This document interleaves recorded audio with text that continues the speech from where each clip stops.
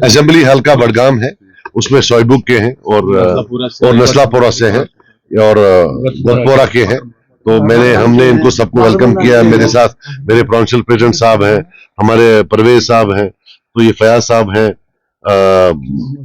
रजब साहब हैं, ये सब आए हैं यहाँ।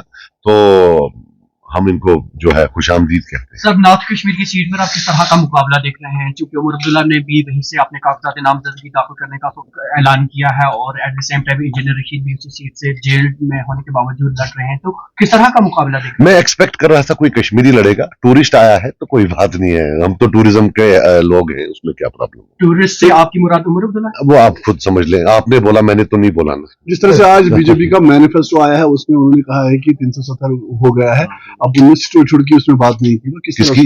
जो बीजेपी का नहीं, स्टेटहुड जो है किसी भी हालत में, मतलब this is something which is the corner stone of our ideology that we will have to get our statehood back.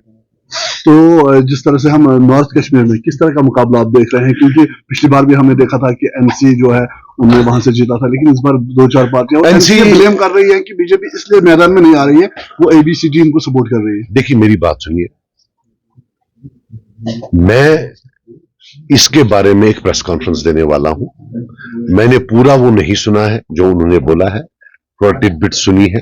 तो फिक्शन राइटर अच्छे हो सकते हैं, मैं उनको इंशाअल्लाह, मुझे अपने लोगों पर पूरा भरोसा है कि हमारी जीत होगी, उनकी शिकस्त होगी, और उसके बाद चूंकि वो बेकार होंगे, फिक्शन राइटिंग में उनका अच्छा काम हो सकता है, क्योंकि कहानियां बनाने में, मनगढ़ंत कहानी में बहुत अच्छा काम करते हैं। तो मैं एक एक चीज का जवाब दूंगा।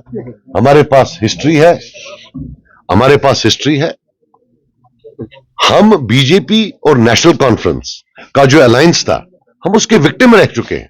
मेरा फादर असॉल्ट हुआ है उनके टाइम में, आप तो अनफॉर्चुनेटली पढ़ते भी नहीं है। तब इनका शिवसेना इनका अलायंस पार्टनर होता था। एक कालका जी महाराज हुआ करता था महाराष्ट्र का, जड सिक्योरिटी दी थी फारूक अब्दुल्ला ने उसको। तो 72 साल के अब्दुल गनी लोन को घसीट के उसने बाहर निकाला था, मारा था जम्मू में, हमने देखा है इनका। उसके बाद पोटा उस टाइम में लाया है इन्होंने। उसके बाद जितनी भी वहां ह्यूमन राइट वायलेशंस थी उस टाइम में, Omar Abdullah as foreign minister एक शील्ड थे कि कोई ह्यूमन राइट वायलेशन नहीं है कश्मीर में। ये क्या बोलेंगे हमें? टास्क फोर्स से लेकर फिर उसके बाद उससे पहले कांग्रेस से मिले तो 87 किया। सो बोलने के लिए बहुत है, बाकी जिनको इल्जाम देना है वो दे। मैं उस मेजॉरिटी में हूं जो जेल भी गया है, जिसने टॉर्चर भी खाया है, जिसके फादर को भी मारा गया है। सो मैं उस मेजॉरिटी में से हूं। ये वो माइनॉरिटी में है जिनने लोगों को जेल भेजा, ये उस माइनॉरिटी में है जिनने लोगों पर पीएसए लगाया, ये उस माइनॉरिटी में है जिन्होंने गोलियां चलवाई और आज हर गांव में एक मरगुजार है। सो लेट देम नॉट सरमनाइज मी। मुझे ये ना करे, ये किसी और को दे। हमें पता, हमारे हाथ खून से नहीं रंगे। We don't have blood at our hands and I thank my Allah for that.